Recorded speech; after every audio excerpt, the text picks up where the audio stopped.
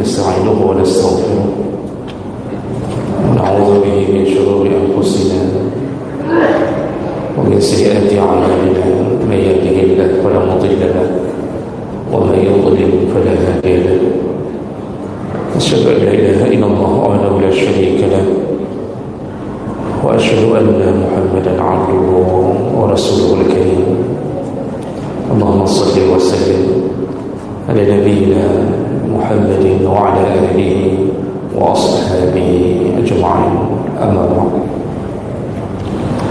رب اشرح لي صدري ويسر لي أمري واحلل عقدة من لساني يفقهوا قولي. Segala puji bagi Allah, kemudian salawat dan salam kepada Rasulullah, pada keluarga dan seluruh sahabat-sahabatnya yang Allah muliakan insyaAllah. Bapak Ibu jemaah salat maghrib dan Aisyah, kita masih membahas tentang keutamaan dan kemuliaan masjid. Di pertemuan yang lalu kita membahas bahawa masjid itu di antara keutamaannya yaitu tempat yang dimuliakan Allah untuk menyebut-nyebut namanya, mengagung-agungkannya, serta tempat untuk ibadah. Dan ini tidak boleh digunakan kepada perkara-perkara untuk urusan dunia. Nanti kalau kita belajar tentang adab-adab ketika berada di masjid, maka tidak boleh melakukan urusan-urusan yang tidak berhubungan dengan kemaslahatan agama, walaupun hanya berdiskusi tentang dunia. Jadi berbicara dalam masjid tapi urusannya urusan dunia, nah itu tidak dibolehkan. Kita sambung fadilah berikutnya, yaitu masjid adalah tempat yang dilindungi oleh Allah Subhanahu wa ta'ala. Jadi masjid ini tempat yang dijamin mendapatkan perlindungan Allah Subhanahu wa ta'ala. Dan ketika Allah Subhanahu wa ta'ala mendapatkan seorang hamba yang berusaha melecehkan masjid, bahkan kalau ada kelompok yang berusaha menghancurkan masjid, maka dia mendapatkan ganjarannya atau hukumannya dari Allah Subhanahu wa ta'ala. Dan ini dengan gamblang Allah menyebutkan dalam surat Al-Baqarah ayat 114, Allah mengatakan, wa man adlamu mimman mana'a masajidallah ay yuzkara fiha ismuhu wa sa'a fi kharabiha. Kata Allah, adakah orang yang lebih zalim daripada orang-orang yang berusaha menghalang-halangi orang-orang yang beribadah di masjid-masjid Allah, lalu kemudian masjid Allah itu dijadikan tempat menyebut-nyebut namanya, tapi wasa'a fi kharabiha, orang-orang ini berusaha meruntuhkan masjid. Ulaika ma kana lahum ayadkhuluha illa khaifin. Dan seharusnya orang-orang memasuki masjid dalam keadaan khaifin, dalam keadaan takut. Tapi mereka bukan dalam keadaan takut, kata Allah, bahkan melecehkan masjid, bahkan mereka berusaha menghancurkan masjid. Makanya Allah kemudian mengancam dengan mengatakan, barang siapa yang berani melakukan itu, lahum fid dunya khizyun wa lahum fil akhirati azabun azim. resikonya Allah akan hinakan mereka di dunia dan mereka menunggu azab yang pedih di akhirat. Jadi Allah sudah kasih tahu ni, kalau ada yang menzalimi orang-orang yang menuju ke masjid, itu bahasa Allah pertama, siapa yang lebih zalim, maksudnya betul-betul zalim. Jadi kalau Allah memakai kalimat waman adlamu, adakah yang lebih zalim? Maksudnya mereka ini zalim sekali. Ini kan bahasa pertanyaan yang ingin menunjukkan betapa besarnya kezaliman mereka. Siapa yang paling zalim di antara orang-orang yang terzalim? Orang zalim itu banyak, tapi yang paling zalim di antaranya adalah yang melarang orang-orang untuk beribadah di masjid. Jadi orang datang ke masjid untuk menyebut-nyebut nama Allah, lalu kemudian kita menghalang-halanginya. Kita berusaha untuk membuat supaya masjid itu, supaya orang-orang itu tidak bisa melakukan ibadah di masjid. Wasa'a fi kharabiha, dan bukan hanya itu saja, kita bahkan berusaha menghancurkan masjid tersebut. Nah, inilah orang-orang yang dihinakan oleh Allah di dunia, lalu kemudian akan bersambung kehinaan itu dengan mendapatkan azab yang begitu pedih di akhirat nanti. Nah, jemaah melakukan Allah Subhanahu wa taala, ini perkara yang berat. Sekaligus ayat ini menunjukkan Allah memberi jaminan perlindungan kepada yang ke masjid. Jadi perlindungan yang dimaksud di sini bukan bermakna kalau kita menuju ke masjid lalu kita tidak akan dipukuli, kita tidak akan dirampok, atau kita tidak akan bisa dibunuh. Bukan begitu.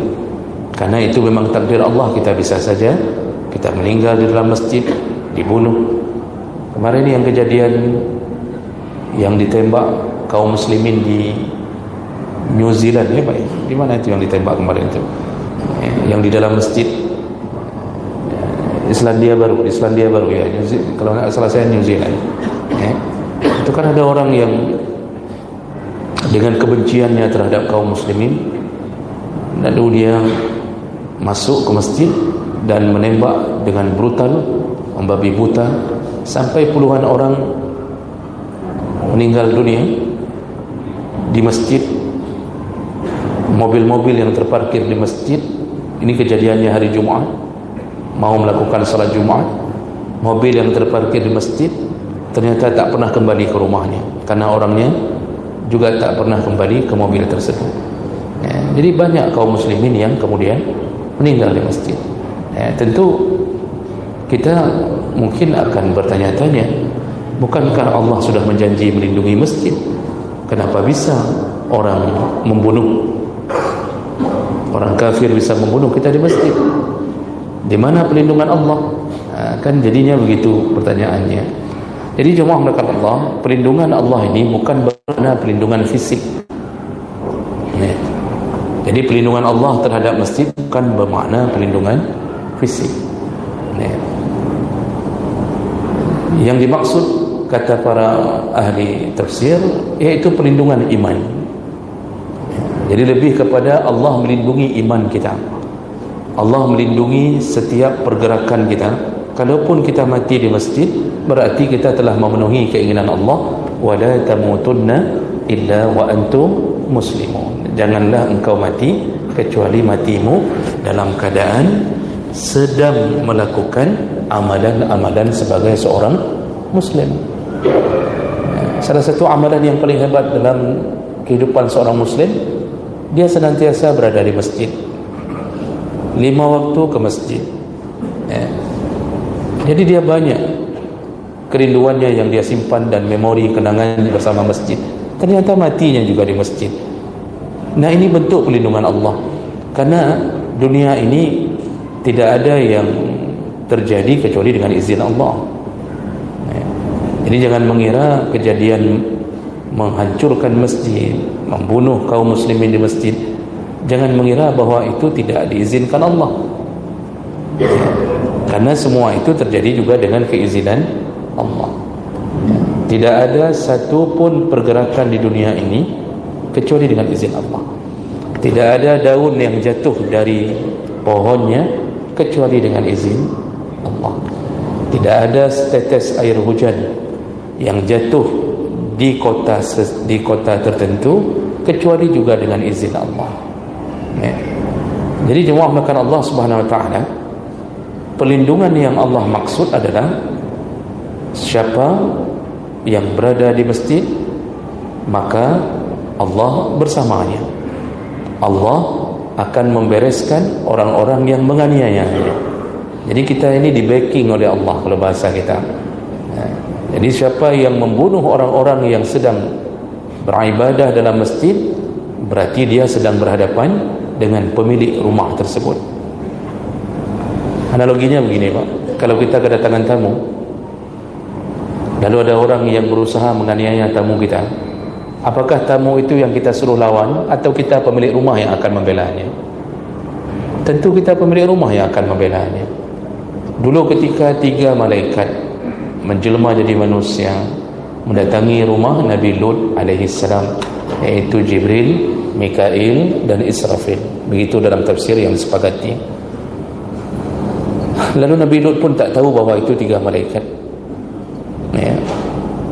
Dan apa yang terjadi? Istrinya berkhianat, lalu kemudian memberitahu kepada penduduk setempat bahawa ada 3 orang tampan yang sedang berkunjung ke rumahnya, itu ke rumah Nabi Lut. Istrinya yang membongkar rahasia itu. Berduyun-duyunlah orang, karena di masa itu memang homoseksual, ingin melihat mana laki-laki tampan yang sedang bertamu di rumah Nabi Lut. Siapa yang menghadang mereka di depan pintu? Nabi Lut. Nabi Lut yang mengatakan, ambil saja anakku, nikahi anakku, jangan ambil mereka. Nabi Lut bertahan habis sampai akhirnya mereka mencoba memukuli Nabi Lut, lalu kemudian mereka menerobos masuk, dan disitulah barulah malaikat dalam tafsir disebutkan menyentuh wajah-wajah mereka sampai ada yang dibutakan wajahnya. Ya, jadi langsung ada yang mengatakan dalam tafsir wajahnya menjadi rata. Ya, di situ barulah mereka takut, ternyata ketika mereka tidak berhadapan dengan manusia biasa. Di situ pun Nabi Lut baru tahu bahawa 3 malaikat telah datang untuk menghancurkan kota Sodom tersebut. Ini analoginya begitu. Kita ini tamu Allah. Kita datang ke sini ini datang ke rumah Allah. Ya.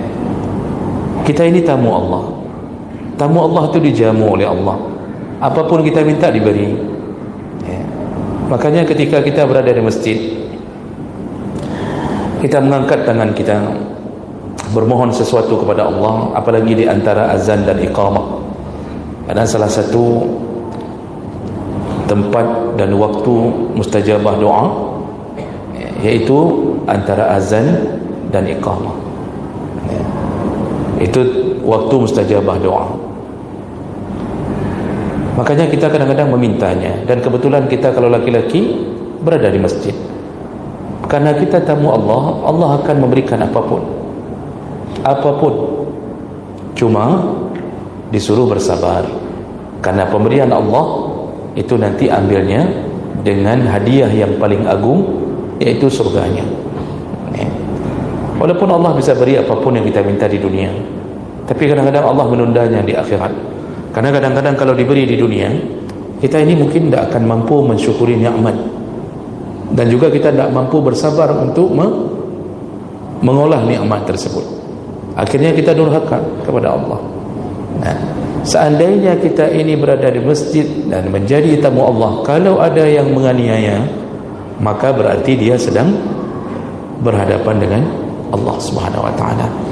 Nah, jadi oleh kerana itu jemaah melakukan Allah Subhanahu wa taala, ada satu jaminan di balik bahasa-bahasa Allah tentang kezaliman yang dilakukan orang-orang yang mencoba menghancurkan masjid, lalu mereka akan dapat apa? Kehinaan, dan sekaligus menunggu azab di akhirat. Itu menunjukkan Allah bukan lalai.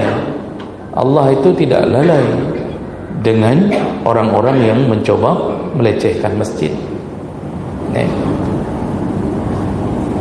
Kita ini sadar tak sadar, sebenarnya kita bergantung kuat terhadap perlindungan Allah di masjid.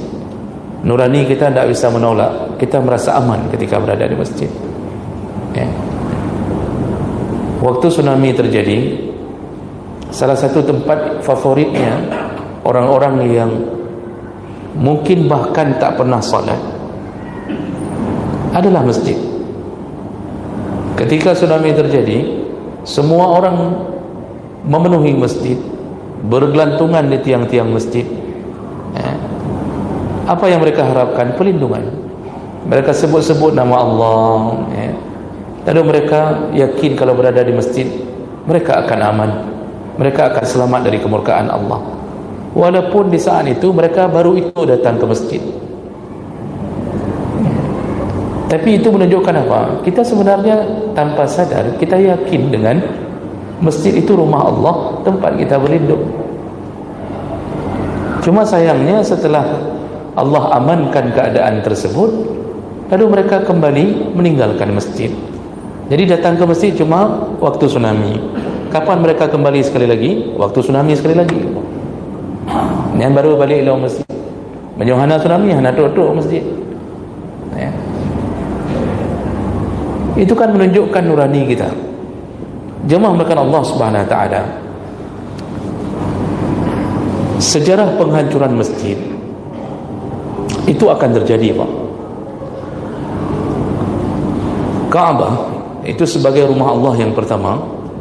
Inna awwala baitin wudi'a lin-nas lallazi bi Makkah, yaitu rumah yang pertama di Makkah, yaitu Kaabah. Itu sudah pernah dicoba untuk dihancurkan. Dan itu turun surat Al-Fil untuk menjelaskan berita tersebut. Abraha sebagai raja di Yaman, hanya karena faktor kecemburuannya terhadap Kaabah. Kenapa orang-orang semuanya berkunjung ke Kaabah?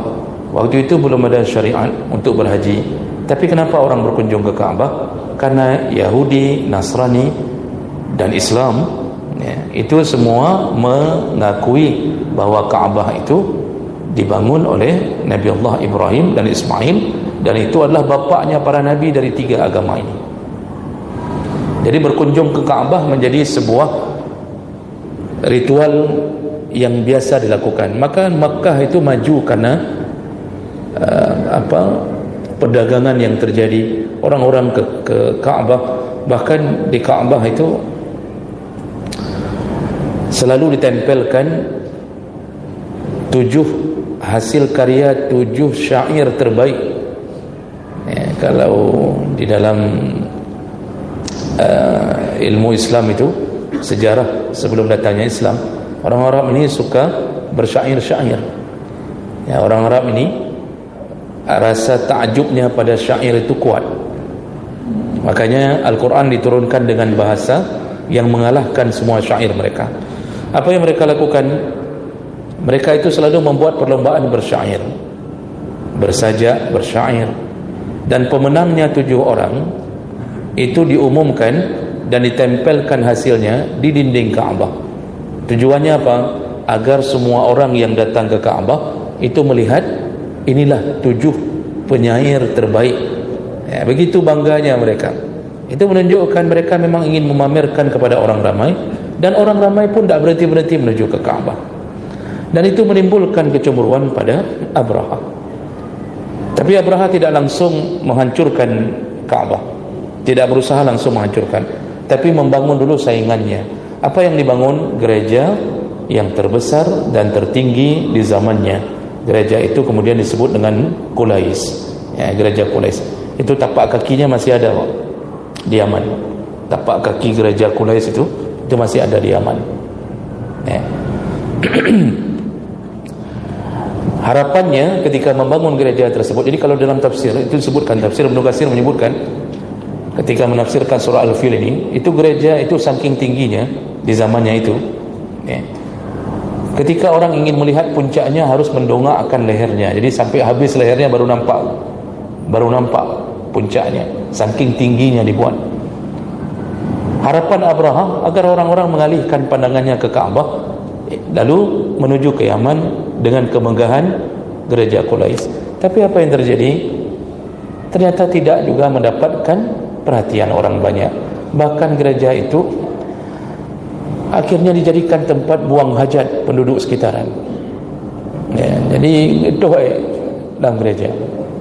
Ya. Begitulah marahnya Abraham. Usahanya untuk membuat Yaman menjadi maju di saat itu dengan adanya gereja tersebut tidak berhasil. Disitulah muncul sebuah ide yang dibisikkan oleh syaitan, hancurkan Kaabah dulu, baru orang akan memperhatikan Yaman di saat itu.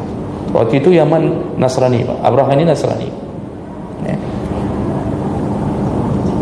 Disitulah dia bermula mengerahkan semua kekuatan, membawa pasukan dengan gajah-gajah yang paling besar. Ya. Dan mulai masuk ke kota Mekah. Dan di saat itu dijelaskan bahwa gajahnya itu mulai tahu dengan instingnya ini berbahaya. Maka gajah-gajah itu kemudian ketika memasuki perbatasan kota Mekah, mereka kemudian tak mau bergerak lagi. Ya. Tak mau bergerak. Itu disebutkan nama gajahnya, Pak. Saya lupa dalam tafsir. Entah Maimun, entah Mahmud, tapi tak mungkin Mahmud. Marmud, entah Mahmud, pokoknya begitulah, Pak. Entah Maimun, entah Mahmud.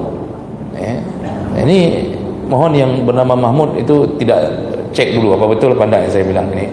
Jadi saya lupa nama disebutkan dalam tafsir, nama gajah yang paling besar yang kemudian dia menolak untuk melanjutkan perjalanan sampai dipukuli berulang-ulang pun dia tak mau. Dia segera memalingkan wajahnya kembali ke Yaman. Dia tak mau karena insting binatang itu tahu. Manusia ini tidak punya insting. Manusia ini instingnya kuat kalau berhadapan dengan uang. Menyuarakan agama, insting yang pakai. Gajah itu lebih bagus instingnya. Dia tahu ini turun azab, ini pasti akan terjadi. Dia tolak. Tapi kemudian akhirnya dipaksa yang lain untuk tetap masuk kota Mekah. Disitulah Allah mengirimkan burung. Dan burung itu datangnya dengan cara ababil. Datangnya dengan cara bergerombol. Jadi ababil itu artinya rombongan, bergerombol, bukan nama burung. Kita memang sudah terbiasa menamakan burung ababil karena dulu waktu cerita tentang tahun gajah ini, guru-guru kita dulu, guru-guru agama di waktu SD sering memberitakan bahwa yang datang ini burung ababil. Tidak ada yang namanya burung ababil. Dalam bahasa Arab tidak ada jenis burung yang namanya ababil. Ababil itu menjelaskan peristiwa datangnya si burung, yaitu dengan cara berombongan memenuhi langit waktu itu. Dan di kaki mereka semuanya memegang sebutir batu dari sijil, dari neraka. Dan dalam tafsir sebutkan ada yang mengatakan bahwa batu itu cuma sebesar biji kacang hijau. Batu dari neraka itu cuma sebesar biji kacang hijau. Lalu dilepaskanlah batu itu seperti orang menjatuhkan rudal pada hari ini. Tidak ada yang salah sasaran. Tidak ada. Maksud tidak ada yang salah sasaran. Semuanya jatuh di kota Mekah dan menimpa tepat pada musuh-musuh Allah yang ingin menghancurkan Kaabah. Cuma di antara rombongan-rombongan pasukan Yaman ini, pasukan Abrahah ini, itu sudah bercampur-campur dengan penduduk tempatan. Bukan karena ingin memerangi Kaabah juga, tetapi mereka berada di dalam rombongan itu dalam keadaan huru-hara tersebut. Jadi waktu huru-hara jatuhnya itu, orang-orang tempatan pun berlari-larian. Nah, dalam tafsir disebutkan bahwa mereka pun terkena imbasnya. Makanya ada hadis yang menyebutkan bahwa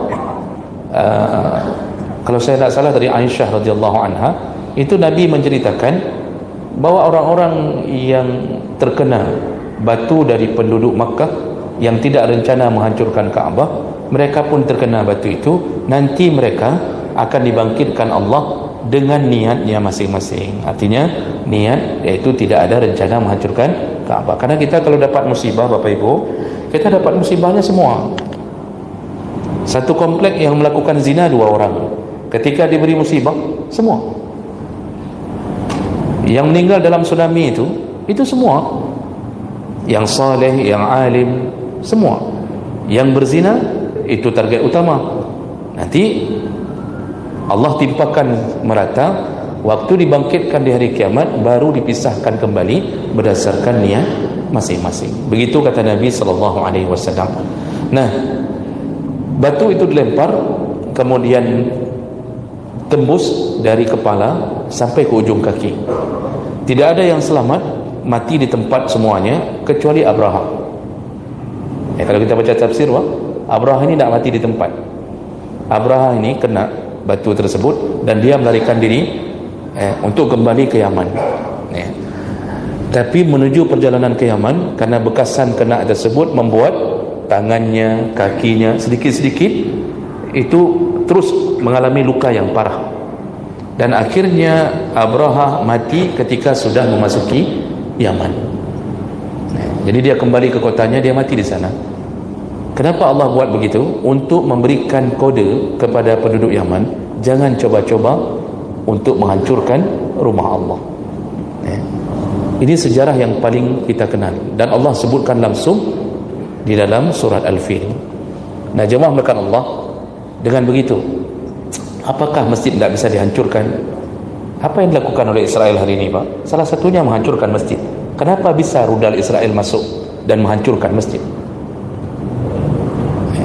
Itu di negara-negara tertentu, Pak. Perang antara Sunni dan Syiah, salah satu targetnya adalah menghancurkan masjid. Itu ada negeri-negeri yang hari ini, Pak, 50-50% antara Sunni dan Syiah. Di antaranya Iraq. Iraq itu setengahnya juga Syiah, setengahnya Sunni. Makanya kenapa Saddam Hussein begitu ngotot ingin menghabisi orang-orang Syiah, karena kemurkaan mereka, kezaliman mereka. Lalu di Bahrain juga itu dikuasai oleh Syiah. Oman itu Syiahnya Syiah toleran, Pak. Oman itu bermazhab Ibadi. Jadi mereka bukan bermazhab dari 4 mazhab, tapi bermazhab Ibadi. Ibadi atau Ibadi ini cabang dari Syiah yang paling toleran. Arti toleran, mereka tidak benci kepada Sunni, mereka terbuka, tapi ada tata cara ibadahnya yang masih berhubung kait dengan Syiah. Makanya ada mahasiswa kita waktu tsunami itu diundang oleh Sultan Qaboos, dibuka beasiswa, Pak. Waktu tsunami dibuka beasiswa ke Oman. Ada 7 orang, dan diantaranya ada yang murid-murid yang kami ajarkan di Banda Aceh. Ada 7 orang yang diterima di Oman. Dan selanjutnya 7 orang ini tidak berlanjut beasiswanya, jadi cuma mereka. Dan ketika mereka pulang, mereka tidak merekom untuk selanjutnya bagi kita-kita yang punya anak untuk menyambung ke Oman. Kenapa? Ternyata bermasalah pada pelajaran agamanya, Pak. Itu tidak jauh dari apa yang kita laksanakan. Kalau kita dalam mazhab yang 4 itu kita maklumi, karena setiap negara itu punya panduan mazhab. Tapi tidak masalah kalau semua yang menyambung ke sana, karena toh itu hanya bahagian daripada ijtihad. Tapi begitu menyambung ke negeri Syiah, itu bermasalah, walaupun negeri kaya. Nah, itu salah satu yang kalau terjadi perang, itu salah satu targetnya selalu masjid, dan banyak masjid yang sudah hancur. Tentu kita akan kembali bertanya, kenapa Allah membiarkan masjid dihancurkan? Bukankah Allah sudah mengatakan bahwa Allah akan melindunginya? Nah, ini yang harus dipahami. Para ulama menjelaskan bahwa yang Allah jaga itu bukan fisik masjidnya, karena fisik masjid itu cuma tembok. Tapi Allah ingin memberitahu yang Allah jaga adalah orang-orang yang memuliakan masjidnya. Dan sekaligus Allah ingin menguji iman kita yang selama ini dekat dengan masjid. Seandainya masjid dihancurkan, apakah kita berhenti mengagungkan Allah? Seandainya masjid dihancurkan, apakah kemudian kita berhenti mengagungkan Allah? Bukankah Allah telah mengatakan bahwa seluruh permukaan bumi itu bisa dijadikan masjid? Masa Nabi, Pak, masjid itu kan tidak begini, Pak. Masa Nabi itu Masya Allah cuma dengan pelepah kurma, batang-batang kurma, plafonnya dengan daun-daun kurma yang diikat-ikat. dan lantainya cuma pasir dan kerikil. Mereka salat dengan memakai sandal. Mereka salat memakai sandal. Begitu sederhananya masjid, tetapi kekuatan di dalamnya Masya Allah. Ya, itu sampai masa Khulafa' Rasyidin, itu kan Masya Allah. Salat tarawih dalam satu hadis disebutkan salat tarawih yang dilakukan di masa Umar bin Khattab itu dimulai dari habis salat Isya lalu berakhir sebelum sahur, sebelum azan subuh. Jadi mereka cuma pulang sebentar hanya karena sudah hampir imsak. Bayangkan Bapak Ibu, masjidnya biasa tetapi orang di dalamnya kekuatan imannya yang luar biasa. Jadi kalau Allah pun mengizinkan dihancurkan masjid, itu bukan bermakna runtuhnya kekuasaan Allah, karena bukan fisik yang dimaksud dengan memberi pelindungan, tapi pelindungan terhadap orang-orang yang beriman di dalamnya. Bahkan masa Rasulullah sendiri, Rasulullah pernah menghancurkan masjid. Masjid apa yang dihancurkan oleh Rasulullah? Masjid Dirar. Ya. Kan disebutkan dalam sejarah Pak, bahwa ketika Nabi sudah membangun Masjid Quba, ya, setelah itu orang-orang munafik yang berada di Madinah cemburu. Kenapa penduduk Ansar begitu gembira dengan kedatangan Nabi? Ya, jadi mereka cemburu, sakit hati, dan mulailah mereka membuat sebuah propaganda. Bagaimana caranya? Mereka dihasut oleh seorang pendeta yang bernama Abu Amir. Ya, Abu Amir ni dia pendeta Nasrani. Dia menghasut para munafikin, karena di Madinah ni munafik ramai. Ya. Kalau di Mekah itu jelas antara kafir dengan muslim. Madinah munafik bermunculan, dipimpin oleh Abdullah bin Ubay. Kenapa waktu di Madinah ramai munafik? Kenapa waktu di Makkah jelas yang muslim, yang kafir, kafir? Tidak ada yang berusaha berpura-pura jadi muslim. Karena munafik selalu muncul di waktu sudah aman, Pak. Waktu ke Madinah itu sudah aman keadaannya, disitulah muncul munafik. Makanya lebih bahaya orang-orang yang berada di dalam selimut kita. Kita pikir aman, ternyata kita dihancurkan. Ya. Jadi jemaah melakukan Allah Subhanahu Wa Taala. Setelah Nabi membangun Masjid Quba, lalu kemudian di bawah pimpinan Abu Rahib, hasutan Abu Rahib, Abu Amir tadi, Rahib ini, kemudian dibuatlah satu masjid lain oleh orang-orang munafik. Dan untuk membuat legitimasi di atas masjid ini, mereka kemudian mengajak Nabi untuk meresmikan masjid tersebut dengan cara salat pertama di dalamnya. Jadi mereka mengajak, ya Rasulullah, kita sudah bangun satu masjid lagi, ya. Jadi seakan-akan mereka ni mendukung ada masjid-masjid yang dibangun. Jadi mereka minta, ya Rasulullah, kapan ada waktu untuk pertama sekali kami mohon salatlah di masjid yang kami bangun, dan sekaligus untuk memberitahu semua orang bahawa masjid ini telah salat di dalamnya oleh Rasulullah. Jadi mereka berharap orang-orang akan berkumpul di dalamnya. Dan Rasulullah pada waktu itu sedang mempersiapkan perkara yang lain. Kalau ada yang mengatakan mempersiapkan perang Tabuk. Dan Rasulullah berjanji setelah itu dia akan datang ke masjid itu untuk salat. Lalu kemudian turunlah ayat, ya, turunlah ayat. Allah memberitahu, iaitu surat At-Taubah ayat 107. Allah memberitahu, walladzina ittakhazu masjidan diraran wa kufran wa nifaqan. Ya, Muhammad, itu masjid yang mereka bangun itu adalah bukan masjid yang dibangun di atas ketakwaan, tapi mereka membangunnya di atas keinginan untuk menghancurkan kaum muslimin. Dirar, mereka membahayakan kaum muslimin, dan itu adalah masjidnya para munafik yang dihasut oleh orang-orang kafir. Di situ Nabi baru tahu bahawa dia telah dikelabui oleh orang-orang munafik. Nah, jadi ini menunjukkan sisi kemanusiaan seorang Nabi. Nabi pun tak tahu apa yang terjadi kecuali diberitahu oleh Allah Subhanahu Wa Taala. Apa yang terjadi berikutnya? Nabi datang ke masjid itu bukan salat, tetapi langsung mengerahkan pasukan menghancurkan masjid tersebut. Padahal sudah dimaksud mendirikan masjid. Nah, sebagai pengetahuan akhir kita di malam ini, Bapak Ibu, masalah menghancurkan masjid seperti yang kita sebutkan tadi, Pak, itu perkara yang memang tak akan terus berlanjut, dan itu izin Allah. Dan nanti sebelum terjadinya kiamat, Salah satu tanda yang paling besar adalah Kaabah itu akan dihancurkan permanen. Ya. Jadi ada beberapa hadis yang menyebutkan tanda-tanda akhir zaman. Salah satunya Kaabah dihancurkan permanen. Siapa yang menghancurkannya? Zu Suwaiqatain, yaitu orang yang betisnya, kakinya kurus, betisnya kecil. Siapa dia? Adalah kelompok dari Habasyah, Ethiopia. Mereka akan membawa cangkul, membawa sekop, membawa palu, lalu mereka lah menghancurkan Kaabah. Permanen, habis. Di saat itu tidak ada lagi haji, tidak ada lagi umrah, dan orang tidak bisa lagi mendatangi ke sana karena huru-hara. Makanya Nabi mengatakan, segeralah nikmati haji dan umrah sebelum tempat itu tidak bisa lagi digunakan. Maka bapak yang nunggu 50 tahun yang akan datang, itu kalau bisa bersegeralah. Ya, kayak mana caranya? Ya, saya tidak tahu, Pak. Itu terserah pemerintah. Mudah-mudahan bisa dipercepat. Ya.